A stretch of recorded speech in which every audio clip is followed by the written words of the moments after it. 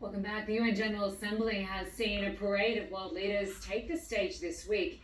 Each one spends about 15 minutes in the spotlight, but we wanted to take a little extra time to highlight a compelling address by the President of Nigeria. It was Bola Tinubu's first speech to the UN since taking office earlier this year. But rather than just focus on Nigeria, he has spoke to the important issues facing the entire continent of Africa. He called on the United Nations to do more to support democracy in the region and fight against the wave of coups in West and Central Africa. He urged nations to do more to fight the violent extremists who have plagued some African countries. And he said Africa's rich natural resources must be protected from exploitation, while also praising his continent for its efforts to fight climate change. Failures in good governance have hindered Africa, but broken promises, unfair treatment, and outright exploitation from abroad have also exerted a heavy toll on our ability to progress. Well, time now for the exchange. Joining me now is Ambassador Johnny Carlson. He has been U.S. Ambassador to Kenya, Uganda, Zimbabwe, and is currently the U.S. Special Presidential Representative for U.S. African Leaders Summer Implementation. And if you're confused a little bit about that very long title, it means that when the U.S. says it's going to do something in Africa, he makes sure that it actually gets done. Ambassador Johnny Carlson, good to have you on the program. Linda, it's a pleasure to be with you. I would love if we could, Ambassador, to first get your reaction to that address by the Nigerian president to the United Nations General Assembly. What did you make of it? I thought it was a very good, wide-ranging speech by Nigeria's new president. Nigeria is, of course, Africa's most populous country.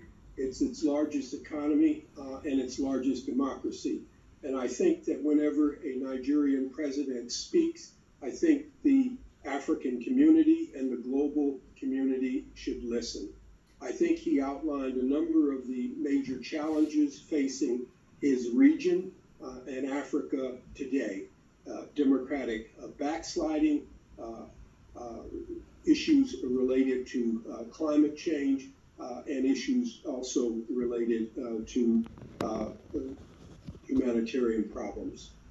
And of course, Ambassador, Africa, with its 54 nations, is one of the largest voting blocs in the United Nations.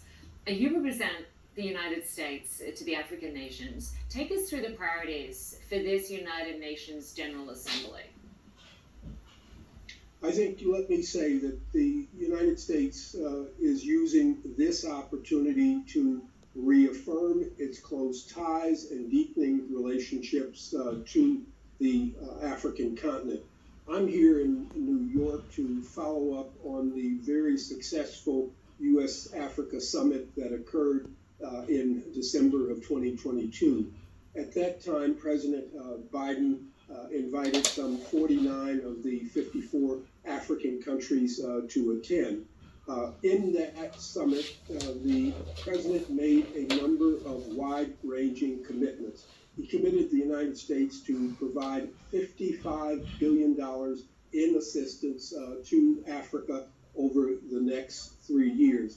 There was also a trade and economic summit component there, and in that, some $15.6 billion worth of deals were made between American companies and African governments and companies. There are also other commitments made that were also important. The president announced that he would work to have the African Union and Africa brought into the G20. That was successfully done just 2 weeks ago in New Delhi.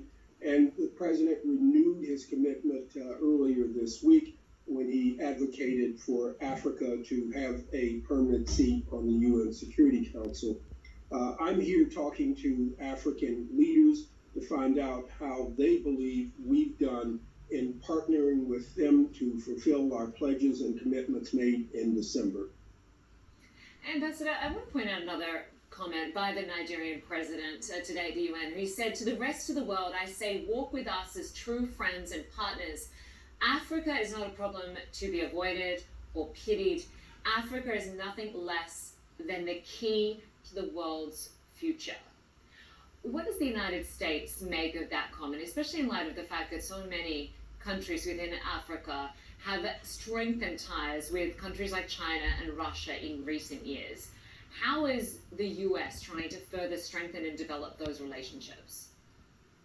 By building strong partnerships with those African nations who seek better and stronger ties with the United States. We recognize Africa's growing influence.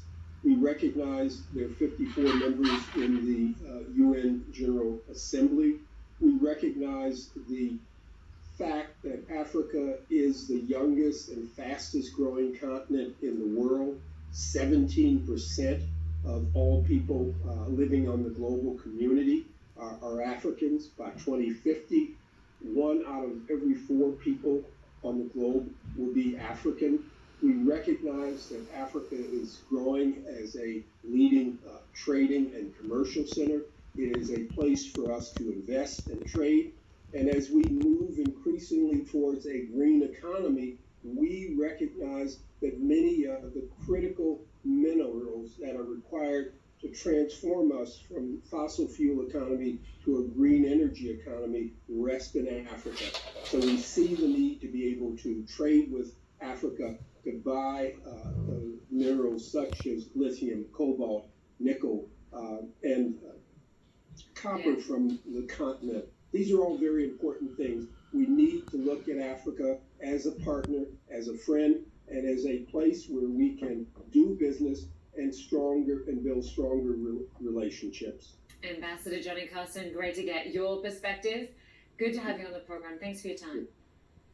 Thank you. We are going to take a quick break. We'll be right back. Stay with us.